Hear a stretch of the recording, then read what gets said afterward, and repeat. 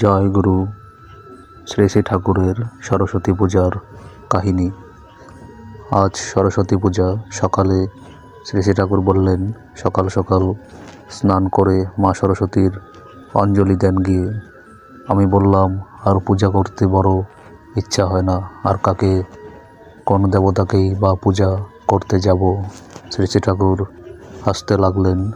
কিয়ৎকাল পরে নিজেও অঞ্জলি দেবেন এবং আমাদেরও দেওয়াবেন বলে নাইতে চললেন। আমি বললাম, ওটা কি লোকাচার রক্ষা?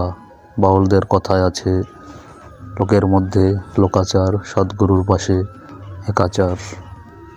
শ্রী শ্রী ঠাকুর, কথাটা মিথ্যা নয়।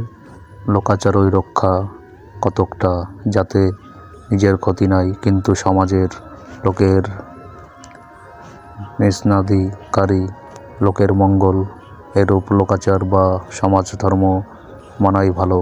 সকলে তো উচ্চতত্ত্ব বোঝে না, কিন্তু যারা বোঝে তারা সকলে অনাবশ্যক বোধে যদি হঠাৎ সব বাহু পূজাদি ছেড়ে দেয়, নিচের লোকেরাও তাহলে দেখাদেখি ছেড়ে দেবে, কিন্তু উচ্চতত্ত্ব বুঝতেও ধারণা করতে পারবে না, কাজেই তাদের ক্ষতি হবে। প্রকৃতির সরস্বতী পূজা হচ্ছে ভজন, অনাহত সদা বিরাজিত শব্দ ধারা, যাহা সাধন ফলে নিজ অভ্যন্তরে জাগরিত হয় এবং শ্রুত হয়, তাতে প্রক্রিয়া বিশেষ যোগে মনোনিবেশ করাকে ভজন কহে। আজ বাইরে বৈখরি শব্দযোগে, গীতাবদ্যাদি এবং ভজন যোগে খুব অভ্যন্তরস্থ শব্দে মনোনিবেশ করাই সেই পরাবাগ বা পরশ শব্দ রূপিণী সরস্বতীর পূজা। কিন্তু সকলে তো এ বোঝে না এবং জানে না। তাদের অদম হলেও বহ পূজা করা বাদ নয়। অতঃপর স্নানাদি করে আমিও শ্রী শ্রী ঠাকুর অঞ্জলি দিতে গেলাম।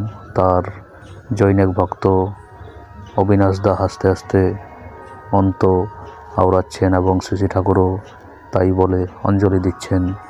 তার একটু পঞ্চাতে আমিও পুষ্পাঞ্জলি হস্তে হাঁটু গড়িয়া বসে আছি, কিন্তু ও মন্ত্র কি পড়ব মনে মনে।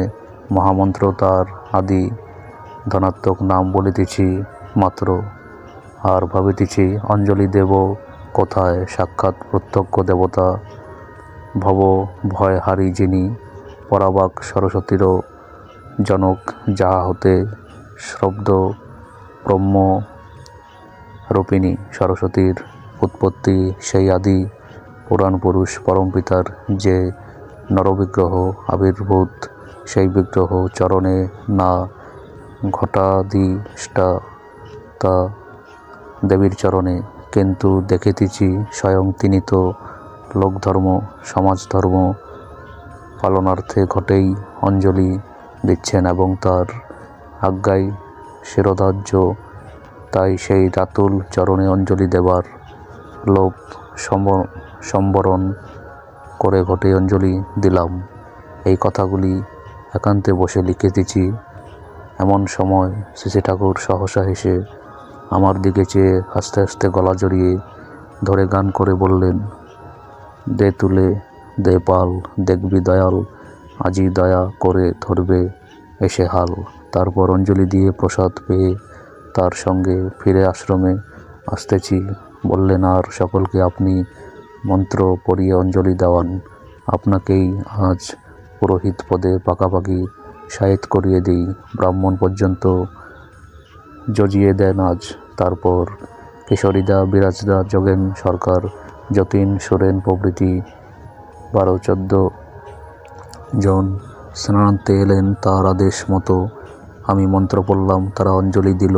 মনে মনে ভাবছি, যদি পুরোহিত কর তবে তোমার রাতুল চরণে যাতে জগৎবাসীকে অঞ্জলি দেওয়াতে পারি, সেই রূপ পুরোহিত এই অধমকে নিজ কৃপা বলে করো। আর দেবদেবীর পূজার পুরোহিতগিরি করতে ইচ্ছা নাই, অহেতুক কৃপা সিন্ধু পতিত পাবন তোমারই পূজার পুরোহিত যেন হই। অশ্বিনী কুমার বিশ্বাস, সূত্র অমিয়বাণী, 12ই মাঘ সোমবার 1326 সাতত্য কথা। জয় গুরু।